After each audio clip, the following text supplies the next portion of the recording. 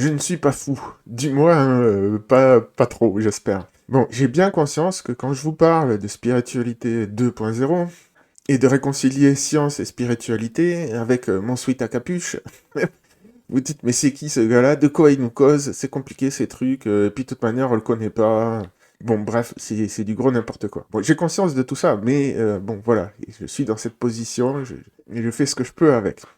En attendant, je suppose, bon, sauf quelques habitués de la chaîne, que vous ne connaissez pas ce monsieur, Carl Friston. C'est, donc là je suis sur sa page Google Scholar, c'est juste le ou l'un des scientifiques les plus cités de tous les temps.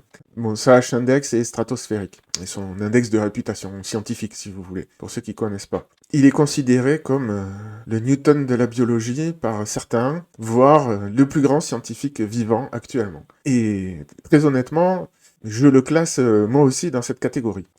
Ses travaux sont juste révolutionnaires, et alors, son papier le plus connu, c'est celui-ci, bien que c'est pas le tout premier papier, j'arrive pas à mettre en relief, c'est pas le tout premier papier qu'il ait publié sur la question, ça remonte à 2005-2006. Le principe d'énergie libre. Une théorie du cerveau, de la cognition unifiée. Donc déjà, unifiée, euh, c'est l'un des thèmes principaux de toutes les spiritualités, l'unité. Hein. Je redis, yoga signifie unité, par exemple, mais c'est pas le seul.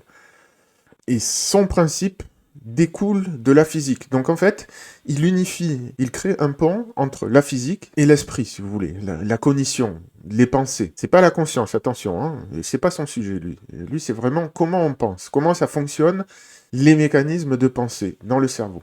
C'est sur la base de ces travaux que j'ai créé une nouvelle méthode de méditation. Ses travaux sont immenses, il publie beaucoup, il est souvent co-auteur, c'est pas lui qui écrit tout, mais il n'empêche. Donc évidemment que je ne lis pas tout. Donc là, il y a une interview de lui qui est sortie sur, bon voilà, sur un blog. Je suis tombé dessus un peu par hasard. Et ce qui a attiré mon attention, c'est l'accroche. Il y a une vue populaire que la connectivité, dans le sens de Facebook, c'est-à-dire d'être connecté à beaucoup de monde, est une bonne chose. Dans mon monde, c'est vraiment mauvais. La connectivité dense est un tueur, c'est la mort. Je me suis dit, tiens, de quoi il cause? C'est vrai que c'est assez surprenant. Or, en l'occurrence, on est en plein dans le principe d'énergie libre, c'est que notre cerveau est attiré par ce qui est surprenant. C'est quasiment le principe unificateur, je simplifie un peu, mais de la cognition selon Friston. Ça peut sembler étrange, mais quand on comprend vraiment, ça fait sens. Bon, je ne vais pas faire un cours là-dessus maintenant, mais ce qui est absolument fantastique dans cette interview, alors c'est une partie des travaux de Friston que je ne connaissais pas, mais là, il dit explicitement qu'on peut interpréter certaines pathologies au niveau cellulaire, au niveau individuel et au niveau social de la même manière. Et ça, vous comprenez bien que quand je vous dis c'est le Newton de la biologie, c'est révolutionnaire. Ça dit que la cognition n'est pas simplement quelque chose qui se fait dans le cerveau, ça veut dire que la pensée, si vous voulez, je simplifie, la rationalité n'est pas spécifique au cerveau, n'est pas spécifique aux humains. C'est même pas spécifique aux animaux. Ça existe à toutes les échelles. Et alors, à la fin, c'est pas le sujet là, hein, mais je fais une micro-parenthèse. À la fin, il y a une interview récente de Chris Fields. Lui, il descend carrément jusqu'à l'électron. Il applique ce principe d'énergie libre jusqu'à l'électron. C'est pour vous dire où on en est. On est face à une révolution scientifique et aussi spirituelle. Quand je vous dis qu'on est en train de sortir du paradigme humaniste et que on est véritablement dans les Lumières 2.0, un nouveau paradigme scientifique, voilà, ici, là, c'est Carl Friston. Et là, c'est son pote, Michael Levin. Il publie beaucoup avec. Et tous les deux, ils travaillent beaucoup sur ces questions-là. De la cognition. De la pensée, je vulgarise, mais le vrai terme, c'est cognition. Donc là, il dit, avec son principe d'énergie libre, le cancer, la psychose et certains actes de guerre, je vais détailler après, peuvent être interprétés exactement de la même manière. Voilà, par exemple, ça, un phénomène émergent de une formation sociale, si vous voulez. Je prends ça comme exemple pour vous dire, voilà, il parle d'auto-organisation. En fait, nous sommes, nous humains, une auto-organisation pluricellulaire. Bah là, c'est une auto-organisation de plusieurs individus multicellulaires, en l'occurrence. Donc ça se fait à toutes les échelles. Donc là, on retrouve un principe très connu dans l'occultisme, ce qui est en haut est comme ce qui est en bas. C'est-à-dire, il n'y a pas de différence entre les échelles. Alors attention, hein, je précise, dans la nature, il y a des phénomènes qui sont différents en fonction de l'échelle à laquelle on les étudie. C'est pas un principe totalement universel en science. Par contre, là, pour la cognition, pour la pensée, c'est le cas. Il faut, pour vous expliquer, que j'introduise, je vais vulgariser, je suis pas un ultra spécialiste du truc, mais c'est pas si compliqué que ça à comprendre, une notion qu'il emploie énormément, qui est une notion statistique, qui s'appelle les couvertures de Markov. C'est dans les statistiques bayésiennes. Ok, on va laisser ça de côté. Franchement, c'est pas ultra compliqué.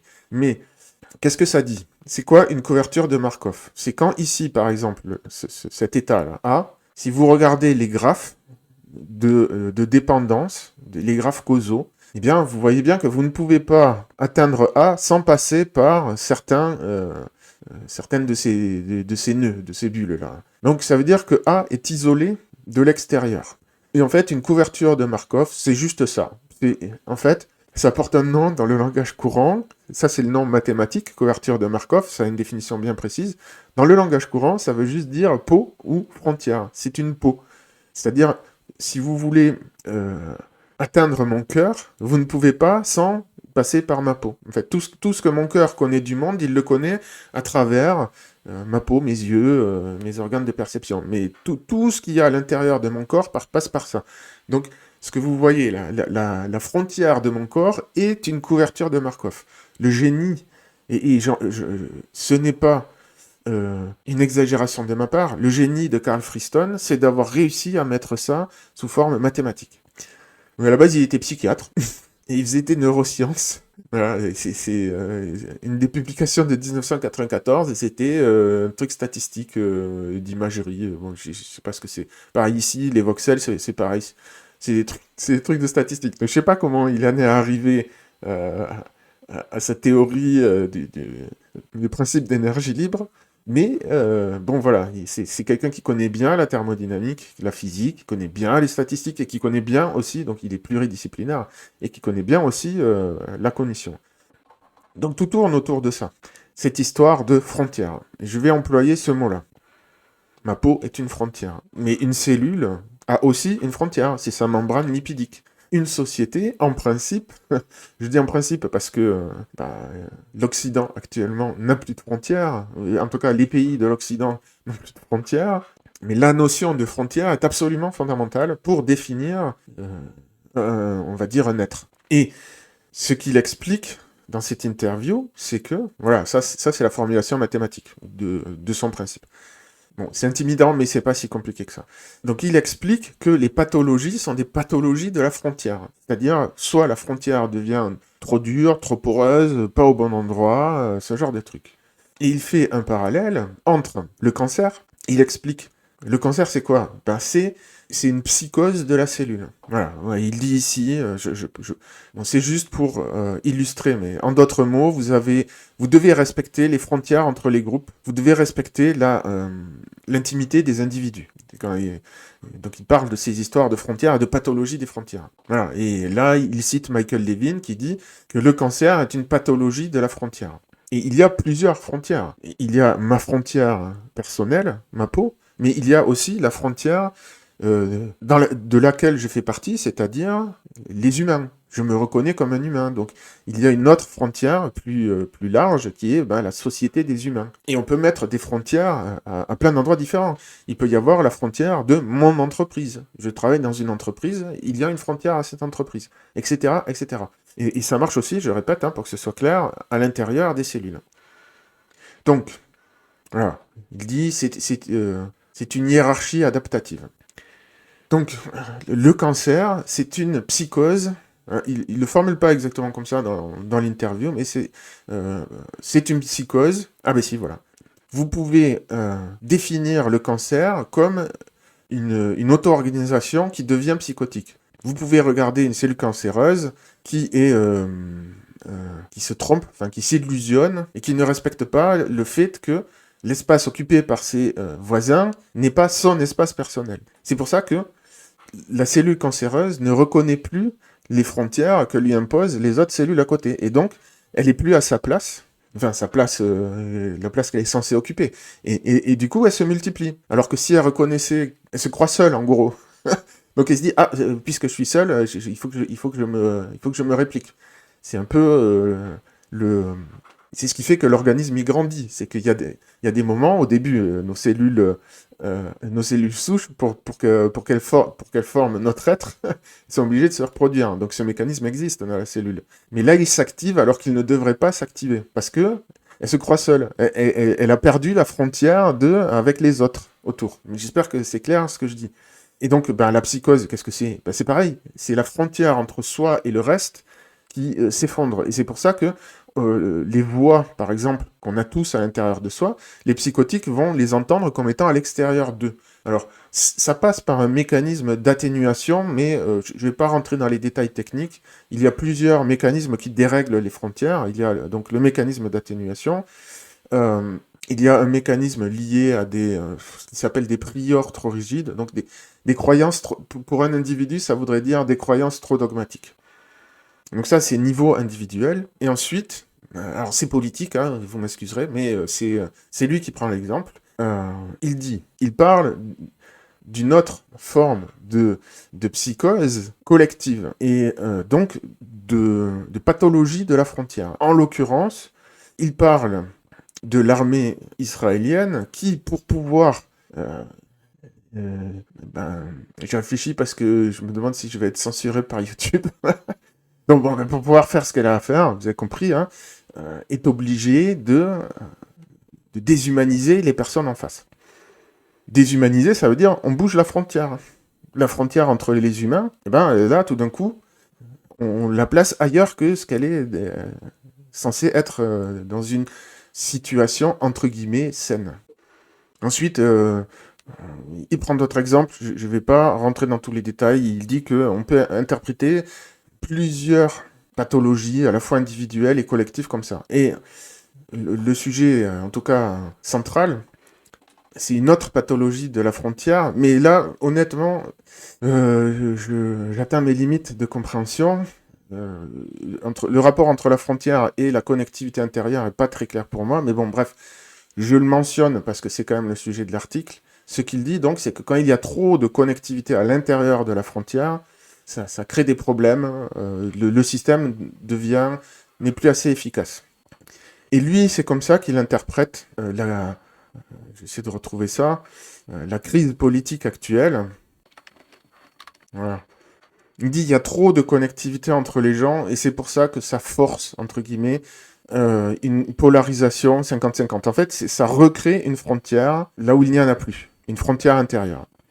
C'est pour ça que, en tout cas, c'est comme ça qu'il interprète la crise politique actuelle. La fameuse guerre culturelle que j'évoque régulièrement, sur laquelle j'écris un bouquin. Donc, je ne vais pas rentrer dans les détails maintenant, mais... Donc, quand je vous parle de spiritualité 2.0, c'est à ça que je fais référence. La science se rapproche de plus en plus des conceptions qui existent dans les traditions spirituelles, souvent occultes, souvent ésotériques. C'est pas dans l'exotérique. Et c'est pas très connu des masses, c'est ça que ça veut dire. Mais dans le yoga, hein, voilà, c'est pas du tout étonnant de lire ça, au contraire. Et je le répète souvent, parce que c'est pour l'ancrer un peu dans les esprits, dans notre cerveau, là, on a une intelligence rationnelle. Mais ce n'est qu'une forme d'intelligence particulière dans un écosystème d'intelligence.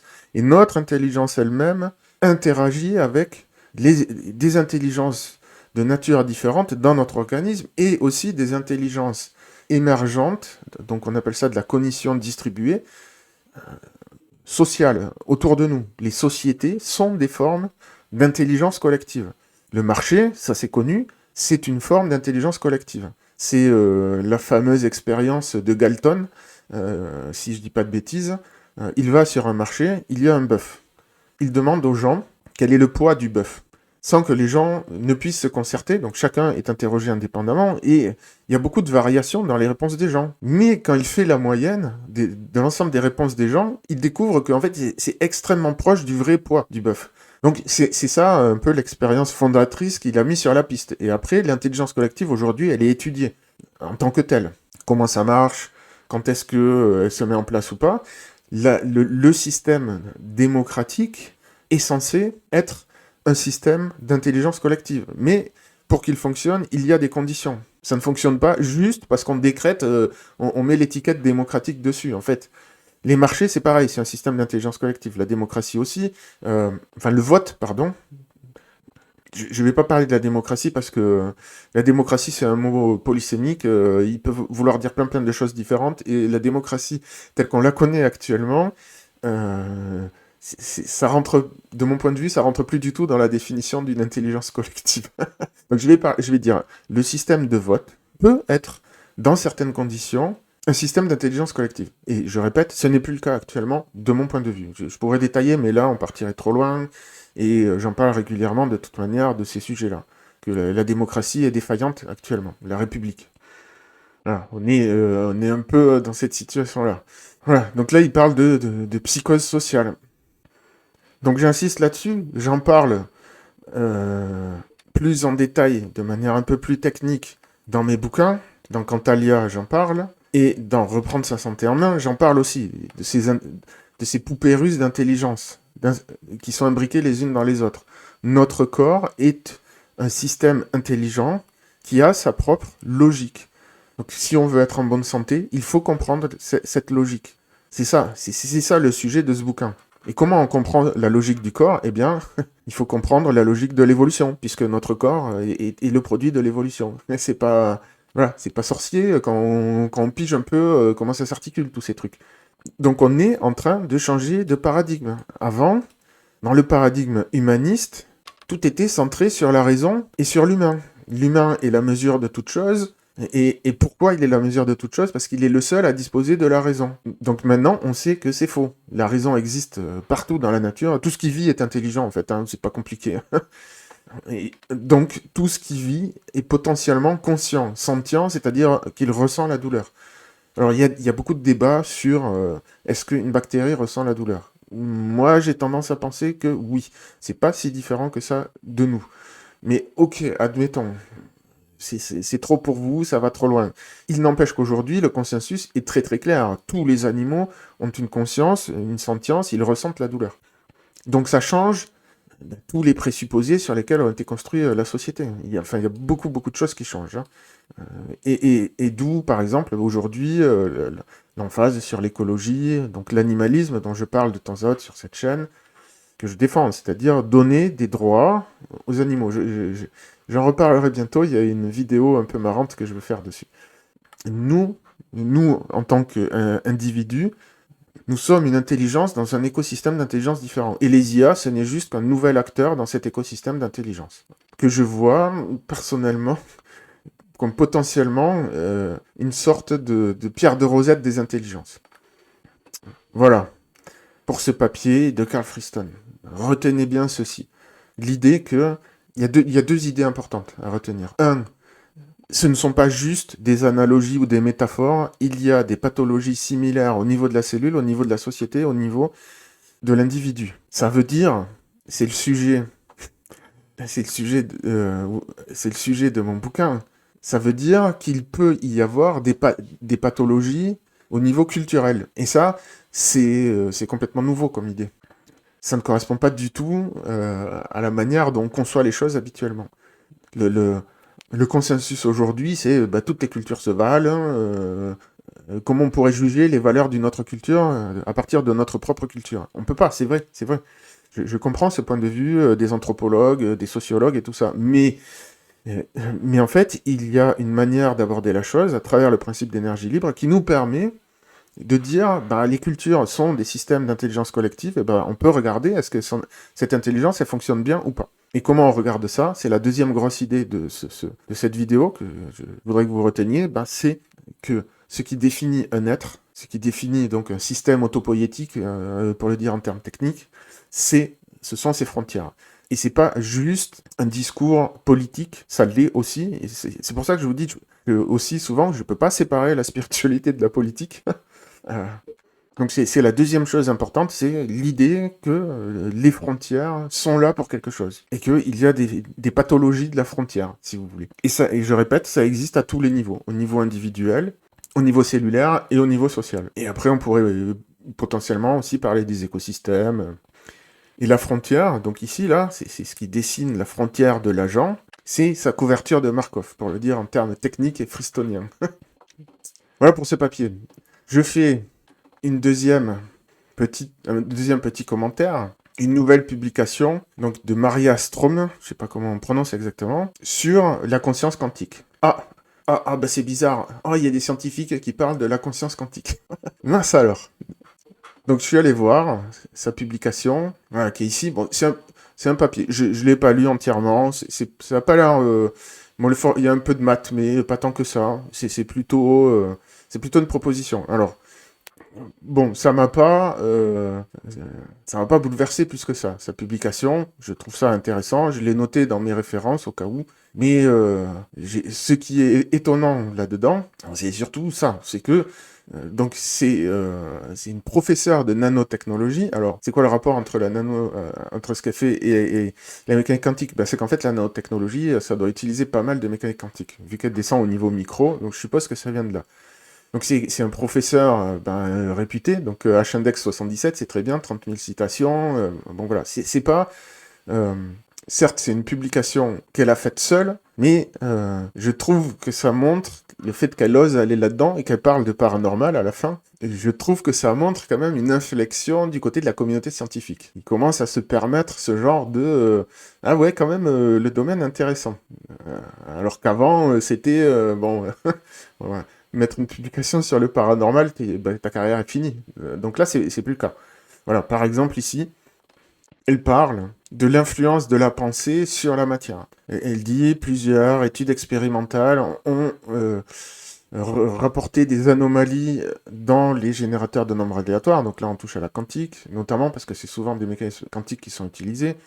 Des changements des émissions de photons, durant des périodes de méditation intense, ou des situations émotionnelles intenses au niveau social, quand il y a des traumatismes sociaux. Bon, elle dit c'est toujours controversé à cause des problèmes de reproductibilité, mais il n'empêche que, voilà, elle cite ses travaux. Donc là, elle cite Dean Radin, qui est très connu dans le domaine. Et en conclusion, elle parle d'Advaita Vedanta, c'est-à-dire de philosophie non duelle. Je dis ça en passant, quoi. Je veux dire, publication scientifique de quelqu'un, d'un professeur de nanotechnologie. Voilà. Quand je vous dis qu'on est en train de changer de paradigme, c'est pas un truc que je sors de mon chapeau, quoi. Hein. Je vous parle des Lumières 2.0, je sais, encore une fois, je suis le gars avec son sweat à capuche qui vient vous parler de trucs un peu bizarres, mais bon, voilà. Je me suis amusé à critiquer Guénon la fois d'avant, mais là, je vous montre la science par les scientifiques. Donc, je mettrai le lien pour ceux qui veulent aller lire l'article. Franchement, il est hyper intéressant. C'est un petit peu technique, donc je vous le dis. Si vous voulez le lire, quand il parle de prior trop fort, d'a priori trop fort, quand il parle de frontières, de pathologie de la frontière, quand il parle d'atténuation, voire quand il parle de trop de connectivité, donc en fait à chaque fois il parle d'un problème de frontière. Ce sont des formulations différentes pour parler de toujours la même chose. La couverture de Markov ne marche pas bien. C'est son sujet. Et je précise aussi, j'avais oublié de le dire tout à l'heure, que ce ne sont pas des opinions qu'il déclare. Ce sont des papiers sur lesquels il l'a publié. Tout ce qu'il dit là, il y a des papiers derrière, des papiers scientifiques à l'appui. C'est pas de la spéculation ou des métaphores de sa part. Ce sont ses travaux qu'il vulgarise. J'insiste là-dessus. Voilà, Carl the Great Friston. Oui, je l'appelle comme ça. Je ne sais pas si un jour vous entendrez parler de lui dans les médias ou ailleurs, mais je vous dis, Beaucoup, dont moi, considèrent que c'est en tout cas l'un des plus grands scientifiques de notre temps. Et il est moteur dans cette révolution scientifico-spirituelle. Les deux sont en train de refusionner. Ils ont été séparés pendant un temps en Occident, c'est en train de fusionner. Et c'est là que ça se passe. Donc oui, ce sont des travaux scientifiques de haut niveau. Oui, c'est pas grand public. J'essaie de vous vulgariser ça, en tout cas de vous rapporter ce qui se passe dans ce milieu-là. Parce que petit à petit, c'est ça qui va façonner la prochaine civilisation. Voilà, voilà. Si ces sujets vous intéressent, n'oubliez pas de vous abonner, de liker, commenter, partager cette vidéo, ça aidera la chaîne à faire connaître ses travaux. Et si vous repérez des articles intéressants comme ça, sur lesquels soit vous avez envie que j'en parle, que je les diffuse, soit sur lesquels vous avez envie de commentaires, eh bien, n'hésitez pas à me les envoyer.